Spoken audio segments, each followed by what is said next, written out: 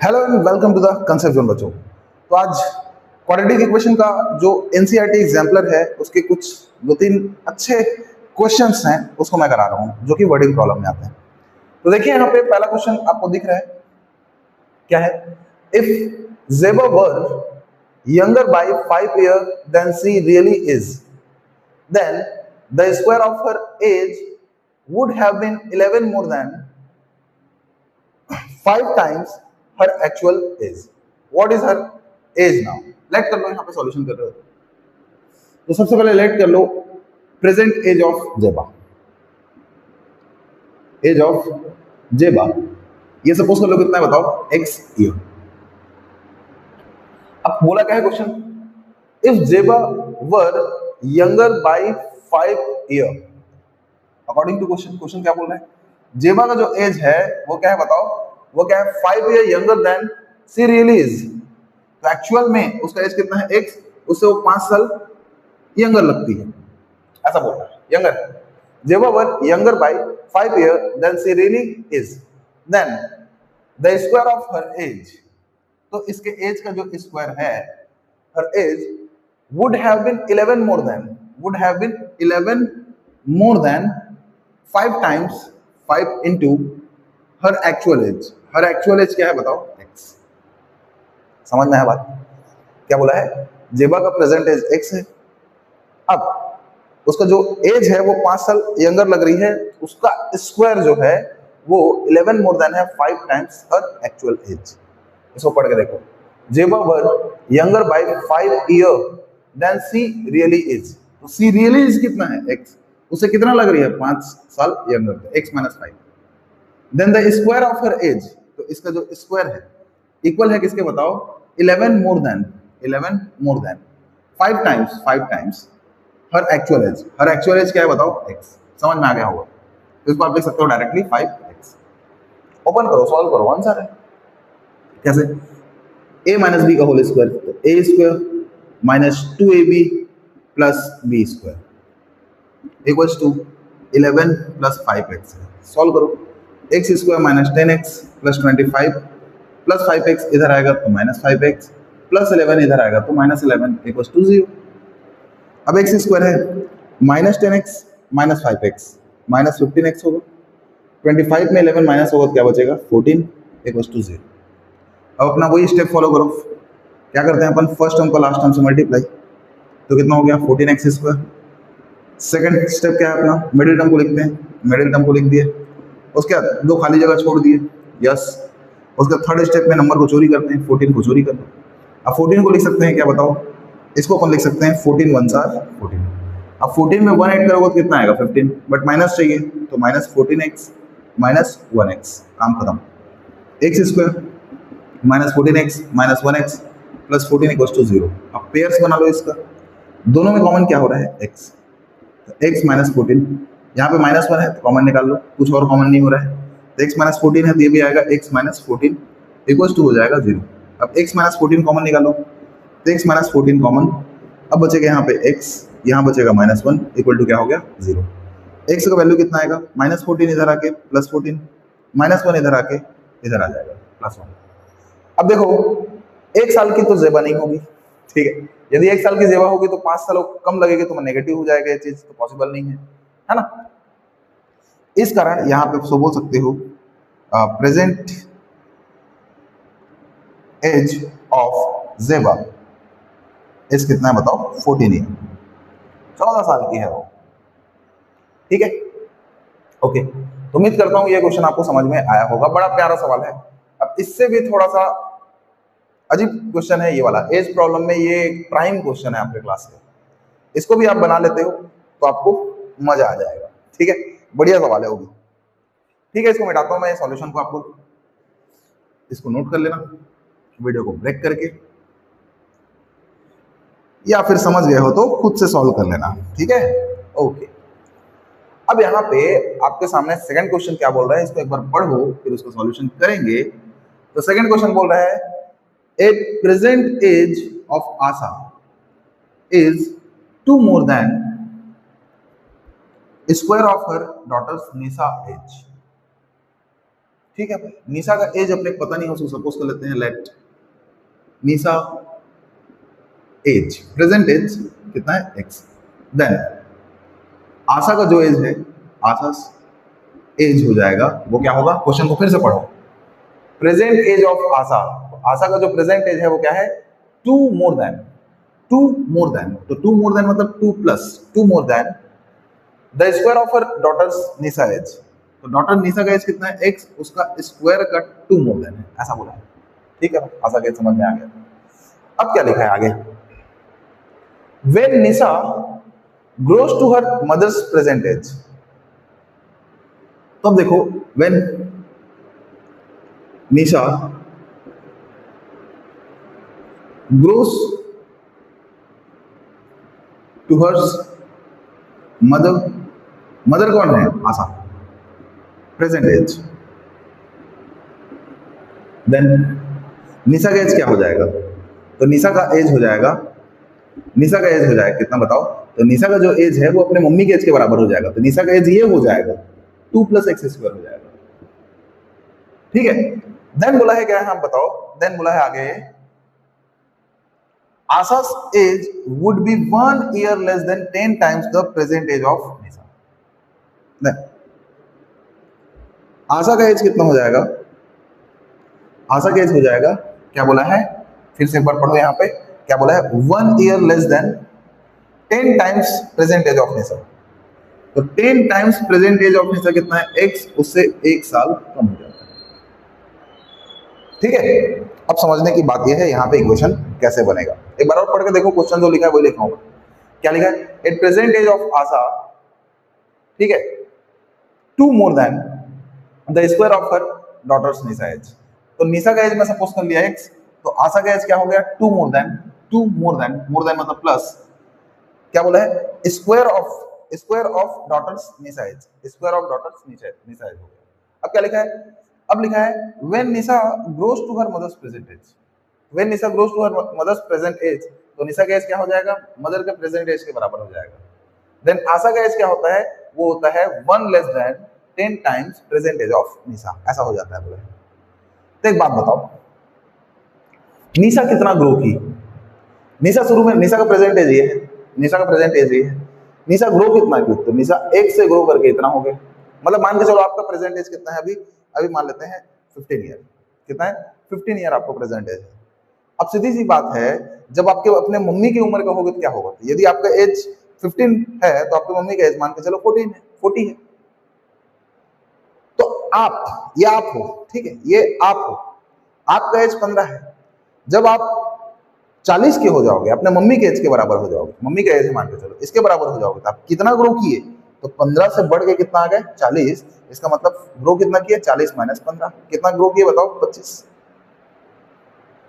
25 है ना, 25 ग्रो किए, तो 25 साल आप बढ़ गए।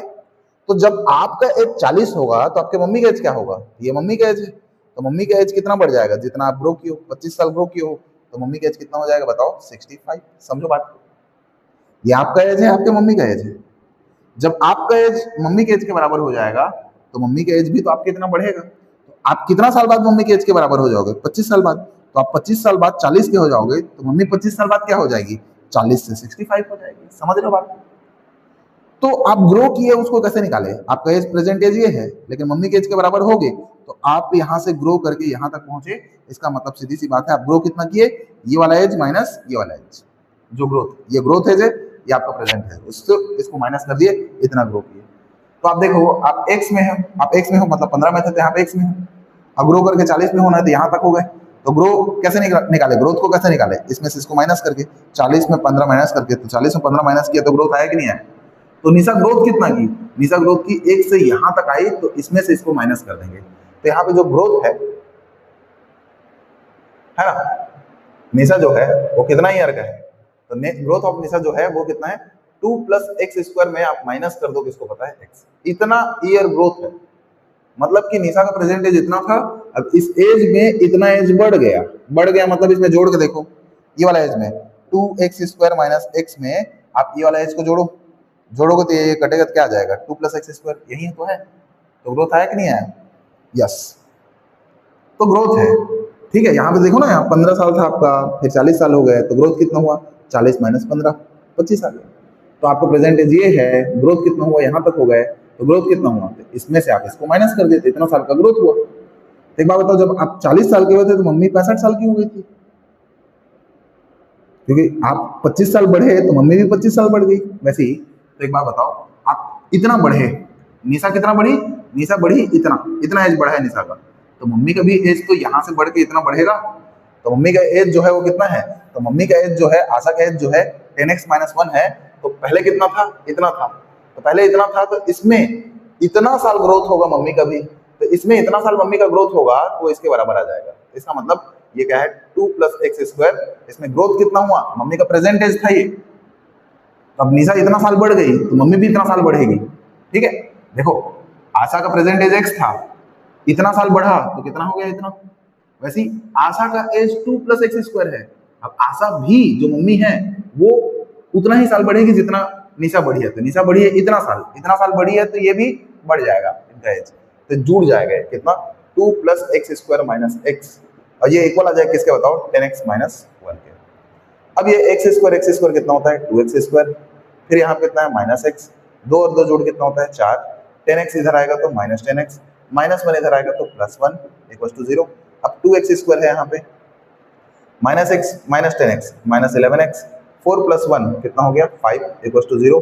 फर्स्ट स्टेप क्या है अपना, फर्स्ट टर्म का लास्ट टर्म से मल्टीप्लाई करते हैं, कितना आएगा 2 का 5 से 10x स्क्वायर। सेकंड स्टेप क्या है अपना, मिडिल टर्म को लिखते हैं, तो माइनस 11x, यहाँ 2 खाली जगह। थर्ड स्टेप क्या करते हैं, नंबर को चोरी, अब 10 को क्या लिखेंगे 10 1 7, 10 में एक जोड़ेंगे कितना आएगा 11, बट माइनस चाहिए तो माइनस जोड़ो, तो माइनस 10x माइनस 1x, ये हो गया 2x square minus 10x minus 1x plus 5 equal to 0। यहाँ पे आप बना लो पेयर्स, पेयर्स दोनों में कॉमन क्या हो रहा है 2, और साथ ही साथ x, 2x कॉमन, यहाँ बचा x माइनस 10 में कॉमन होगा 2, 5 हो जाएगा। अब यहाँ माइनस 1 है तो माइनस 1 बाहर निकालो, x माइनस 5 है तो यहाँ पे x माइनस 5 इक्वल टू लिख दो कितना बताओ 0, इक्वल टू लिखो 0।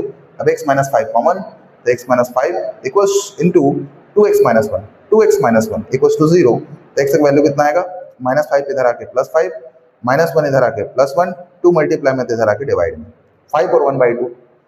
इफ देखो इफ x का वैल्यू 1/2 है तो मम्मी का एज कितना होगा, आशा का एज x है ना, आशा का एज कितना है x है, x का वैल्यू 1/2 है, सॉरी निशा का एज कितना है x है, तो निशा का एज कितना है x 1/2 है, तो आशा का एज कितना होगा, तो आशा का एज हो जाएगा 2 प्लस एक्स स्क्वायर, तो इसका स्क्वायर 1/2 का स्क्वायर, तो कितना हो जाएगा 2 प्लस 1/4, इसका मतलब 2 and 1/4 ईयर।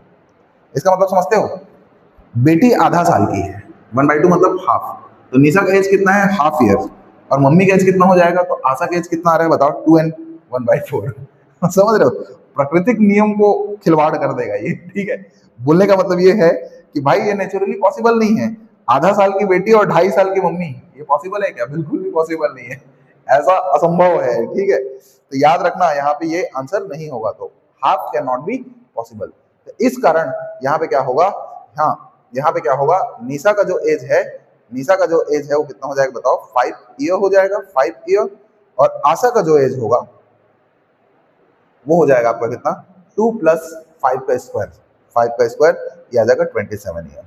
तो मम्मी यहाँ पे 27 साल की है और बेटी यहाँ पे है 5 साल की। ठीक है, ये पॉसिबल है भाई। ठीक है, इसको मिटा देते हैं।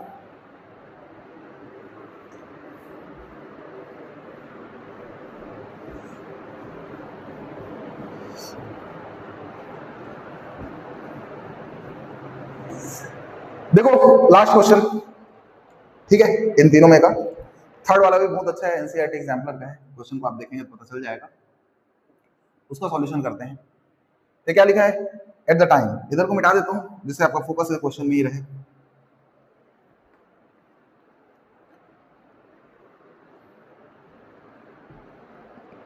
फोकस करो इस क्वेश्चन पे। क्वेश्चन क्या लिखा है, at time t minute past 2 p.m. the time needed by the minute hand of clock to show 3 p.m. was found to be 3 minutes less than t square by 4 time minute. Find t. T find करना है। बड़ा उलझा हुआ सवाल लगता है, but उलझा नहीं है, सुलझा हुआ सवाल है। क्या बोल रहा है बताए? मान चलो आपका ये घड़ी है, ठीक है, अब क्या बताना है बताओ? At time 3 minute past of 2 PM। मान चलो यहाँ पे 2 बजा होगा और यहाँ पे कितना है 3 बजेगा, ठीक है, ऐसा पता है आपको। अब टी टाइम पास्ट 2 PM। अब मान चलो आप देखोगे यहाँ पे 2 PM और 3 PM, इनके बीच का गैप कितना है? 1 आवर का है, और 1 आवर मतलब हो गया 60 मिनट, 60 मिनट का गैप है। अब T minute past of 2 PM मतलब कि 2 बजने के टी मिनट बाद, तो मान चलो 2 बजने के टी मिनट बाद कितना हो गया? तो टी मिनट बाद मान के चलो यहाँ से 2 बज के टी मिनट हो गया। अरे 2 बज के 10 मिनट होता है ना, 2 बज के 15 मिनट होता है ना, वैसे 2 बज के टी मिनट हो गया। टी मिनट पास्ट 2 PM मतलब हो गया 2 बज के टी मिनट, या 2 बज के 10 मिनट बोलते हो, 2 बज के 15 मिनट बोलते हो, वैसा है। एक बात बताओ, 2 बज के 10 मिनट होगा तो 3 बजने के लिए कितना मिनट चाहिए रहेगा? तो जब 2 बजेगा तो 3 बजने के लिए कितना चाहिए रहेगा? 60 मिनट। 2 बजेगा तो 3 बजने के लिए टाइम कितना लगेगा बताओ? 60 मिनट बचे रहेगा। कि 2 बजे रहेगा कि 60 मिनट बाद 3 बज जाएगा। अब मान चलो यहीं पे आपको मैं बोला 2 बज के 10 मिनट हो रहा है, 2 बज के 10 मिनट हो रहा है, तो 3 बजने के लिए कितना टाइम चाहिए? तो आप बोलोगे भैया 10 मिनट है तो 50 मिनट चाहिए, 50 मिनट बाद ये हो जाएगा कितना? 3 बज जाएगा। मैं बोला 2 बज के 20 मिनट है, तो आपको बोला 3 बजने के लिए कितना टाइम चाहिए? तो 2 बज के 20 मिनट है, तो आप बोलोगे भैया यहाँ पे 40 मिनट और दे दोगे या 40 मिनट और एक्स्ट्रा हो जाएगा, तो आपका बच जाएगा 3 बज जाएगा। वैसी टाइप का यहाँ पे बोल रहा है 2 बज के टी मिनट हो रहा है, 2 बज के टी मिनट हो रहा है, तो कितना समय के बाद 3 बजेगा? तो मान चलो 2 बज के टी मिनट हो रहा है, तो अपन क्या कर रहे हैं हर बार देखो, जैसे कि यहाँ पे 2 बज के 20 मिनट था, अब मेरे पास 60 मिनट है, ठीक है, 2 बजता तो 60 मिनट बाद 3 बजता, लेकिन 2 बज के 20 मिनट है तो 60 में से 20 घटा रहा हूँ, 60 में से 20 घटाऊंगा, 60 में से 20 घटाऊंगा, क्या बचेगा? 40। तो 40 मिनट बाद 3 बज जाएगा। वैसे मान चलो यहाँ पे 2 बज के 10 मिनट है, 2 बज के 10 मिनट हो रहा है, तो 60 में से 10 घटा दूंगा तो क्या हो जाएगा? 50। 50 मिनट बाद क्या हो जाएगा? क्या बच जाएगा? 3 बज जाएगा। वैसे ही यहाँ पे मेरे पास 60 मिनट है और 2 बज के टी मिनट हुआ है, तो 60 में से टी घटा दोगे तो जो बचेगा उस टाइम के बाद क्या मिलेगा अपने को बताओ? 3 बज जाएगा। बोलने का मतलब ये है 60 माइनस टी क्या है? टाइम। तो 60 में से टी को मैं घटाऊंगा तो 60 माइनस टी मिनट के बाद जो है क्या बच जाएगा? 3 बज जाएगा। तो वही लिखा है at time t minute pass 2 PM the time needed by the minute hand of a clock to show 3 PM was found to be 3 minute less than t square by 4। तो अकॉर्डिंग टू क्वेश्चन आप देखोगे, according to question बोलोगे आप क्या बताओ? T minute past जो time needed है 3 बजने के लिए वो क्या होगा? तो टी मिनट 2 बज के टी मिनट, 2 बज के टी मिनट के बाद 3 कितना मिनट बाद बजेगा? इतना मिनट बाद, तो 60 माइनस टी के बाद आपका 3 बजेगा। तो ये जो टाइम है, ये जो टाइम है, वो जो टाइम है वो क्या है? 3 minute less than T square by 4। ये है 3 minute less than T square by 4। तो टी स्क्वायर बाई 4 से 3 मिनट कम है। ऐसा ये क्वेश्चन को पढ़ के आपको ये लिखना आना चाहिए था, बस ये लिखना आ गया, क्वेश्चन खत्म। क्या बोल रहा है क्वेश्चन बच्चा? एक बार और बोल, बच्चा 2 बज के टी मिनट हुआ है, 3 बजना है। अब 2 बज के टी मिनट हुआ है, 3 बजना है, तो 3 बजने के लिए कितना समय चाहिए? तो चाहिए 60 माइनस टी मिनट चाहिए। 60 माइनस टी मिनट के बाद आपका 3 बज जाएगा। तो ये जो टाइम है, ये जो टाइम है वो टी स्क्वायर बाई 4 से 3 मिनट कम है। ऐसे लिखा है, ये जो टाइम है 3 minute less than T square by 4। तो टी स्क्वायर बाई 4 से 3 मिनट कम है। बस इतना समझ में आना चाहिए आपको। अब एक काम करो भाई, 4 अपॉन में है तो सब में 4 को मल्टीप्लाई कर लो, तो मल्टीप्लाइंग बाई 4, 4 से मल्टीप्लाई करो तो 4 से मल्टीप्लाई हो कितना होगा? 240। 4 से मल्टीप्लाई होके 40, 4 से मल्टीप्लाई होगा तो 4 कट जाएगा तो बचेगा टी स्क्वायर, 4 से मल्टीप्लाई होगा तो हो जाएगा 12। ठीक है, अब इन सबको इधर ले आओ तो 0 equal to t square minus 40 इधर आके प्लस 40 माइनस प्लस 240 इधर आके माइनस 240 और लास्ट में माइनस 12। तो देखो 0 equal to t square plus 40, ये दोनों जुड़ेगा तो हो जाएगा माइनस 252। अब इसको ब्रेक करना है जी, तो फर्स्ट टर्म का लास्ट टर्म से मल्टीप्लाई कितना आएगा? Minus 252 T square. Second step में क्या आएगा? मिडिल टर्म को लिखेंगे और 2 खाली जगह छोड़ेंगे। थर्ड स्टेप में क्या करेंगे? ये चोरी करेंगे 252 को और उसको फैक्टराइज करना है। हमको तो नहीं पता भाई किसके पहाड़ा में आता है, जिसको पता है वो कर लेना, हमको तो नहीं आता तो हम ऐसे करेंगे। तो 2 से डिवाइड होगा 1 2 6, फिर 2 से डिवाइड होगा 6 3, फिर 3 से डिवाइड होगा 2 1, फिर 3 से डिवाइड होगा, कितना आ जाएगा बताओ ये 7, फिर 7 से डिवाइड होगा तो आ जाएगा 1। तो कितना हो रहा है ये 2 इंटू 2 इंटू 3 इंटू 3 इंटू 7 ऐसा आ रहा है। अब इसका जोड़ा बनाना है यार अच्छे से, तो इन दोनों को मल्टीप्लाई करो और इन तीनों का, तो 2 का 3 से 6, 6 का 3 से 18 और 2 का 7 से 14, 18 में 14 घटे कितना बचेगा 4, तो 18t माइनस 14t ऐसा आ जाएगा। तो आप लिख सकते हो इसको 0 equal to t square plus 18t minus 14t minus 252। ठीक है भैया, इसको मिटा देता हूँ। अब पेयर्स बना लो यहाँ पे, तो 0 इक्वल टू टी कॉमन होगा तो बचेगा t प्लस 18, फिर माइनस 14 कॉमन हो जाएगा तो माइनस 14 कॉमन होगा तो क्या बचेगा t प्लस 18 है तो यहाँ भी बचेगा t प्लस 18 ही बचेगा। अब t प्लस 18 कॉमन निकाल लो, तो t प्लस 18 कॉमन हो गया, अब बचेगा t माइनस 14। अब t का वैल्यू निकालोगे तो प्लस 18 इधर आके माइनस 18, माइनस 14 इधर आके प्लस 14। आपको पता है टाइम कभी नेगेटिव होता नहीं, इसलिए ये होगा नहीं, तो t का वैल्यू आ जाएगा 14 मिनट और ये आपका होगा आंसर। ये होगा आपका आंसर। एनसीईआरटी के ये इंपॉर्टेंट क्वेश्चन आपका कंप्लीट होता है। ठीक है, ओके। तो आगे का क्वेश्चन और कराता हूँ, थोड़ा सा वेट करो, क्वेश्चन लिख रहा हूँ मैं उतना में। चलो स्टार्ट करते हैं। तो सॉल्व फॉर एक्स बोला है, इस तरीके से एक इक्वेशन आ जाता है। कई बच्चे देखते हैं कैसे बनेगा भाई, बहुत टफ दिख रहा है, हमसे तो नहीं हो पाएगा।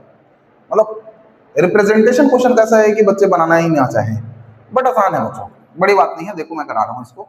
यहाँ पे क्या करना है आपको, सॉल्व करोगे तो सबसे पहले इसको लिख दो 1/a plus B plus x. ये पूरा एक टर्म है, ये पूरा एक टर्म है, ये एक टर्म है, ये दूसरा टर्म है और ये तीसरा टर्म। ठीक, तो इसमें देखो इस पूरा टर्म में x वेरिएबल है, इस भी टर्म पे x वेरिएबल है, बट इसमें वेरिएबल नहीं है x, इस कारण इसको इधर ले आओ। LHS साइड वेरिएबल x रखो, RHS साइड कांस्टेंट टर्म रखो।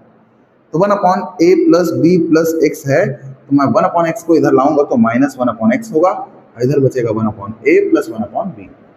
क्या करोगे आप सभी को पता है, क्रॉस मल्टीप्लाई करोगे और क्या करोगे, तो क्रॉस मल्टीप्लाई करो, x का 1 से x, a का -1 से -a, b का -1 से -b, x का -1 से -x अपॉन में इन दोनों को होगा। तो x का a से ax, x का b से bx और x का x से x square, cross multiply, b का 1 से b, a का 1 से a अपॉन में a इंटू b। यहाँ पे x कटा, दोनों में से माइनस कॉमन हो रहा है, तो माइनस कॉमन होगा तो a प्लस बी अपॉन में एक्स स्क्वायर है, पहले इसको लिख रहा हूँ, फिर ax को लिखूंगा, फिर bx को लिखूंगा, इक्वल टू कितना है यहाँ पे a प्लस बी पहले लिख देते हैं, फिर a b, दोनों साइड से a b वन टाइम में कट जाएगा जी। अब क्रॉस मल्टीप्लाई कर लो, तो a b का 1 से होगा और माइनस से, तो माइनस a b और x square plus plus plus इससे होगा, तो क्या आएगा x square plus ax plus bx आएगा भाई।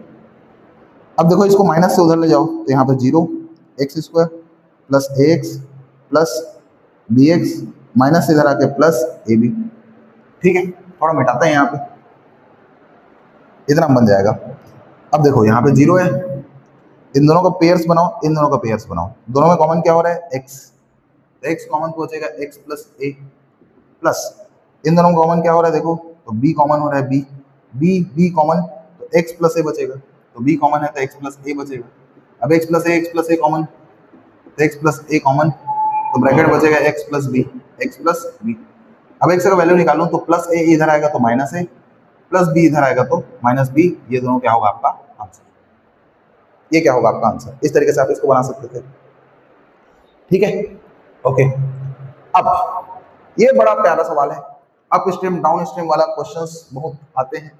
ये पेयर ऑफ लीनियर इक्वेशन से भी क्वेश्चन बन जाता है इसमें, और ये आपका इसमें से भी बन जाता है क्वाड्रेटिक इक्वेशन से। क्वाड्रेटिक इक्वेशन में यदि अप स्ट्रीम डाउन स्ट्रीम आता है ये आसान होता है, यही पेयर ऑफ लीनियर इक्वेशन में आता है तो बहुत लंबा बनता है। ठीक है, कम से कम हाँ 5 मार्क्स को तो एटलीस्ट आएगा। पेयर ऑफ लीनियर इक्वेशन बहुत लंबा बनता है, बट उसका क्वेश्चन का सिचुएशन थोड़ा अलग रहता है इसका। तो खैर देखो मैं समझाता हूँ क्या बोल रहा है। Speed of a boat in still water is 15 kilometre per hour, it goes 30 kilometre upstream and return back at the same point in 4 hours 30 minutes, 4 hours 30 minutes। ठीक है, find the speed of the stream, find the speed of the stream.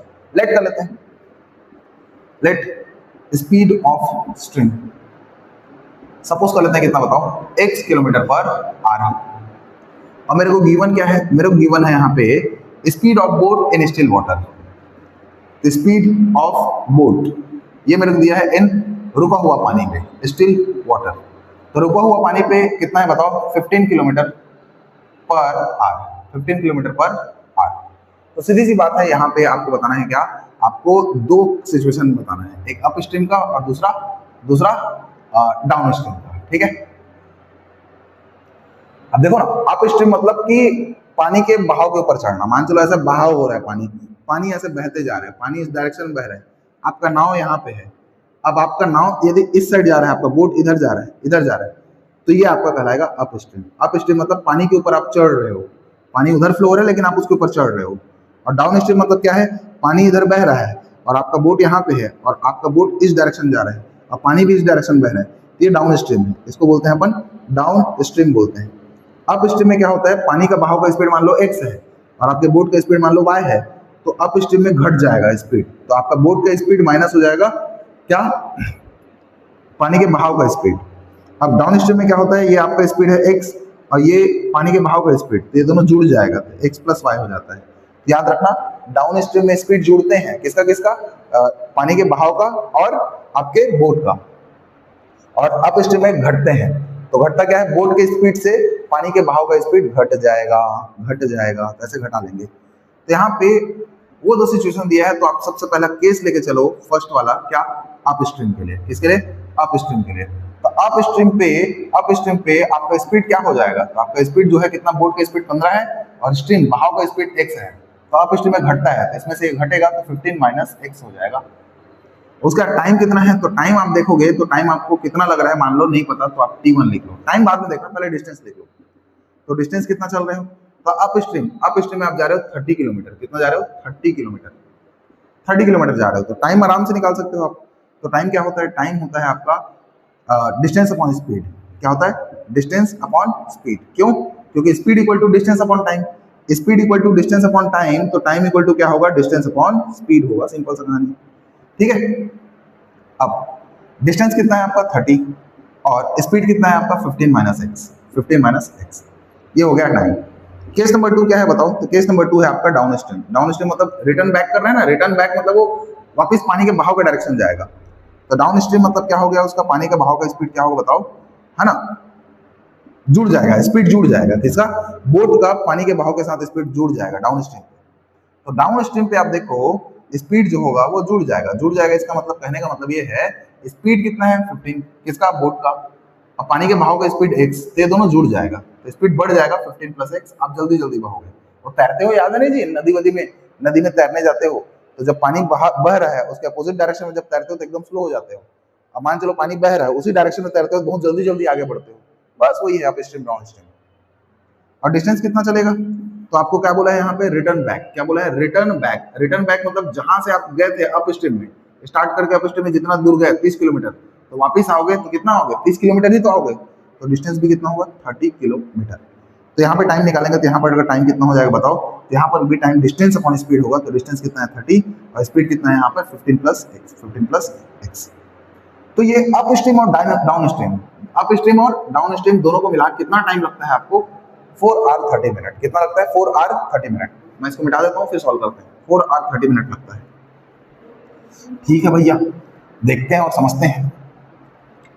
तो यहाँ पे आपको दिया है कितना बताओ, यहाँ पे आपको दिया है टाइम, टोटल टाइम मतलब अप स्ट्रीम और डाउन स्ट्रीम दोनों को मिलाकर 4 आवर 30 मिनट।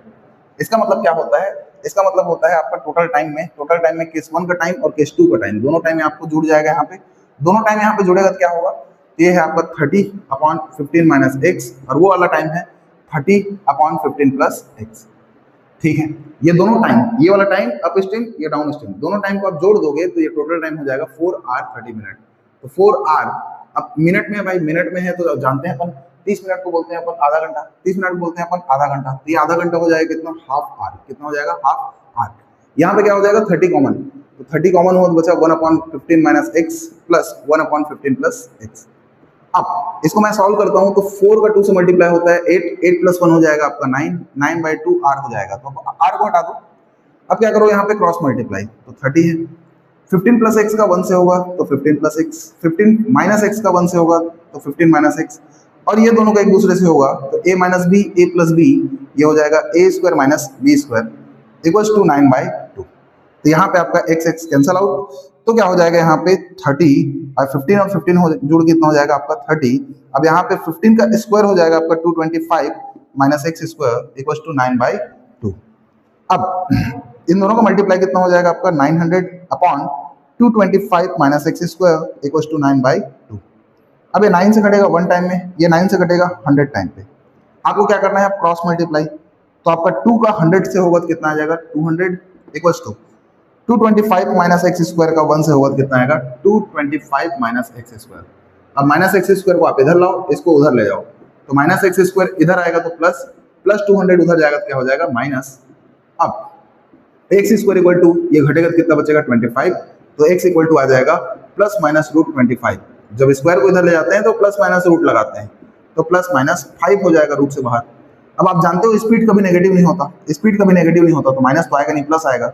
सो बोल सकते हो speed of stream, speed of stream is कितना हो जाएगा आपका 5 किलोमीटर पर आवर। ये आपका आंसर है। इस तरीके से आप इसको बना सकते हो। ठीक है, फिर नेक्स्ट क्वेश्चन राइट करते हैं, फिर आगे देखते हैं।